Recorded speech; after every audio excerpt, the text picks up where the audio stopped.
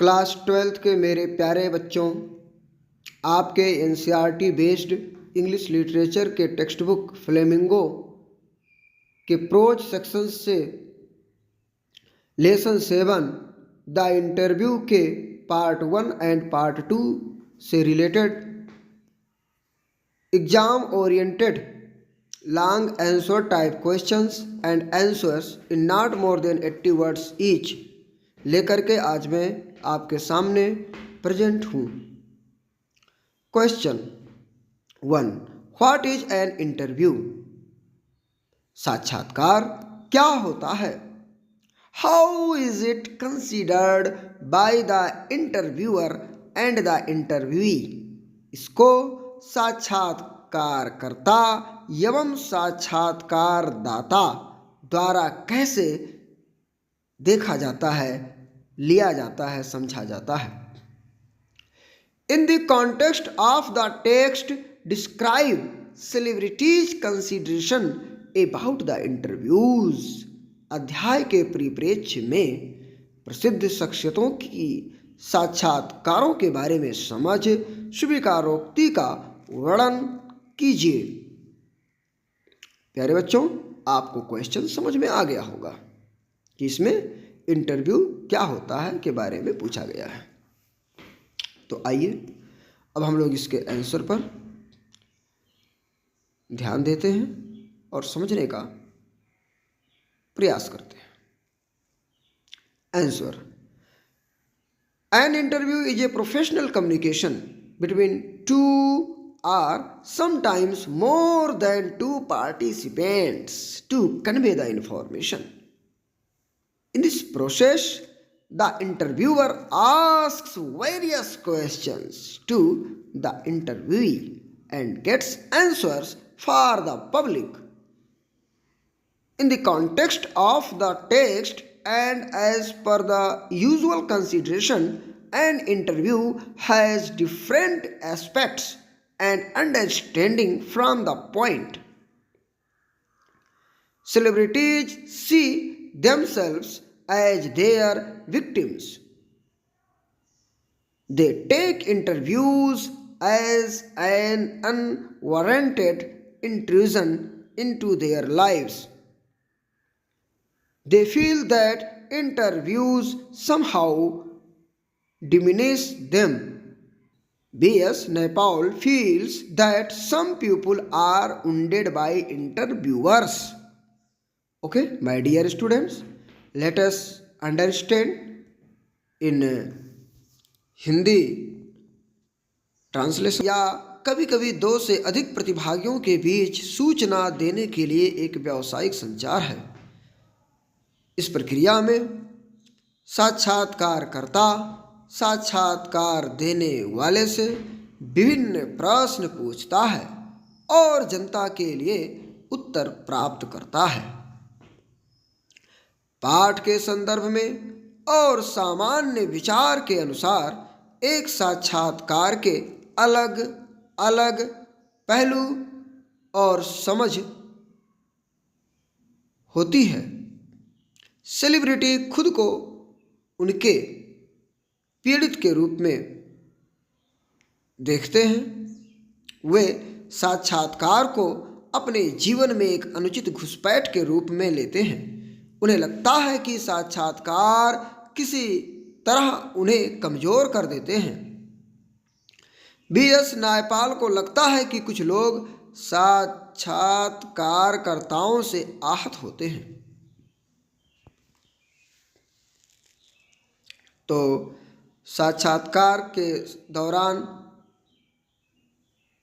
जो इंटरव्यू दे रहा होता है उसको वह सब भी बोल देना पड़ता है जो वह पब्लिकली नहीं बोलना चाहता है, इसलिए लोग उसको एक समस्या के रूप में देखते हैं। Question 2, who was Umberto eco?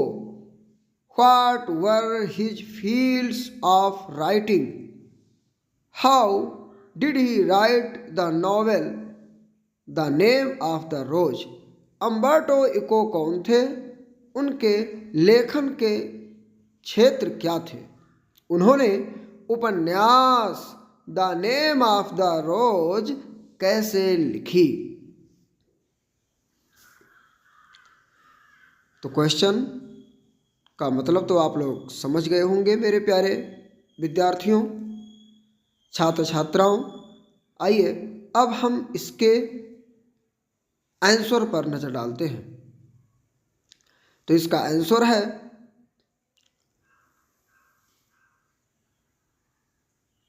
है कि Umberto Eco was an Italian novelist. He was famed as a philosopher, medievalist, and semiotician also.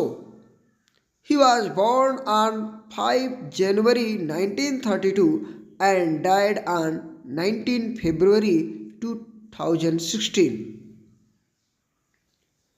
He used to write literary fiction, academic texts, essays, children's books, newspapers, etc.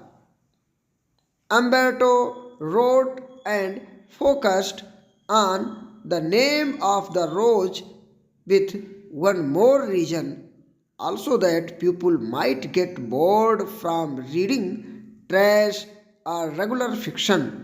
He separated himself from the crowd thinking and did something unique, and the result was unexpected. 10 to 15 million copies were sold worldwide. तो प्यारे बच्चों, मुझे विश्वास है कि आप लोग इस बात को समझ रहे होंगे। आइए अब हम लोग आंसर को हिंदी में समझ लेते हैं। अम्बर्टो इको एक इतालवी उपन्यासकार थे। वे एक दार्शनिक, मध्यकालीन विद्वान और लक्षण शास्त्री के रूप में भी प्रसिद्ध थे। इतालवी का मतलब जो इटली में रहते हैं, जैसे हम लोग इंडिया में रहते हैं तो हम लोगों को इंडियन कहा जाता है, वैसे इटली में रहने वाले लोगों को इटालियन या हिंदी में इतालवी कहा जाता है। उनका जन्म 5 जनवरी 1932 को हुआ था और 19 फरवरी 2016 को उनकी मृत्यु हो गई। वे साहित्यिक कथाएं, अकादमिक पाठ, निबंध, बच्चों की किताबें, समाचार पत्र आदि लिखते थे। अम्बर्टो ने द नेम ऑफ द रोज पर ध्यान केंद्रित किया और एक और कारण से लिखा कि लोग बेकार या नियमित कथाएं पढ़ने से ऊब सकते हैं। उन्होंने खुद को भीड़ से अलग किया और कुछ अनोखा किया और परिणाम अप्रत्याशित था। दुनिया भर में 10 से 15 मिलियन प्रतियां बिकी। Question 3, what is interstices? How does Umberto Eco explain it? Interstices क्या है? अम्बर्टो इको इसकी कैसे व्याख्या करते हैं? तो प्यारे बच्चों, आइए इसका आंसर हम लोग देख लेते हैं।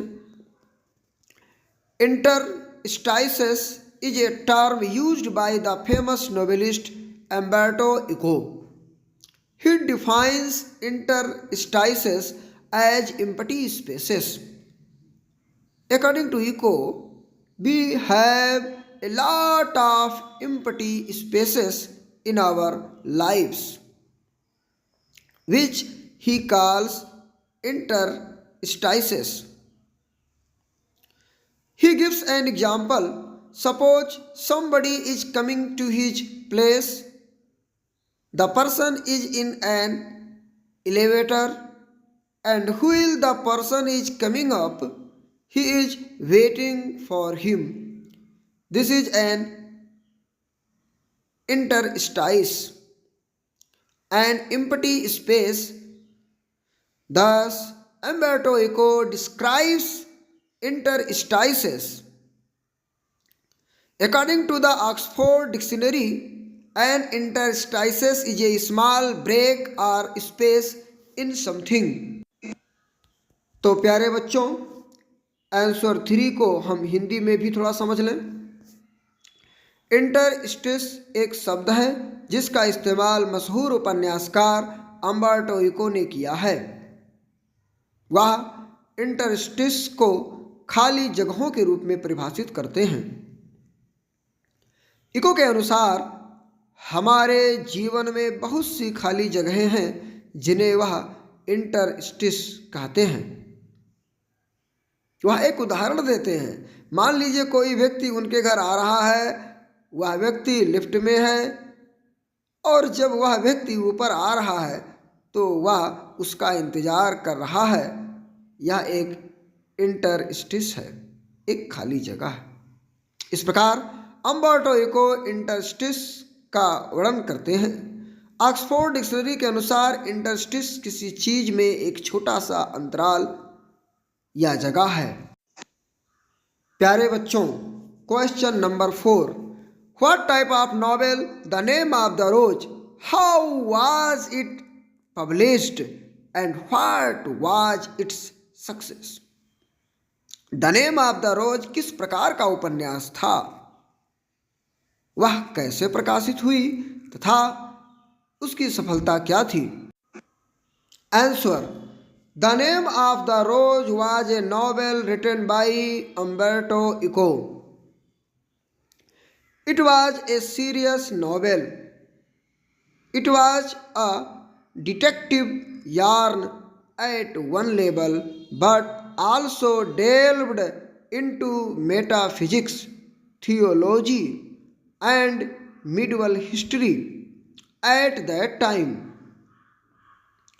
For the publication of his novel, when Umberto Eco approached his American publisher, she reverted that she had loved his book, but she did not expect to sell more than 3,000 copies in a country where nobody had seen a cathedral or studied Latin.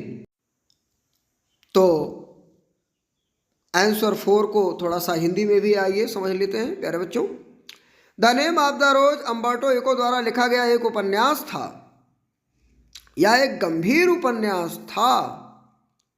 यह एक स्तर पर जासूसी कहानी थी, लेकिन उस समय तत्व मीमांसा, धर्मशास्त्र और मध्यकालीन इतिहास पर भी प्रकाश डालती थी। अपने उपन्यास के प्रकाशन के लिए जब अम्बर्टो इको ने अपने अमेरिकी प्रकाशक से संपर्क किया तो उसने जवाब दिया कि उसे उसकी किताब बहुत पसंद आई थी, लेकिन उसे उम्मीद नहीं थी कि वह उस देश में 3,000 से अधिक प्रतियां बेच पाएगी जहां किसी ने गिरजाघर नहीं देखा था या लैटिन का अध्ययन नहीं किया था।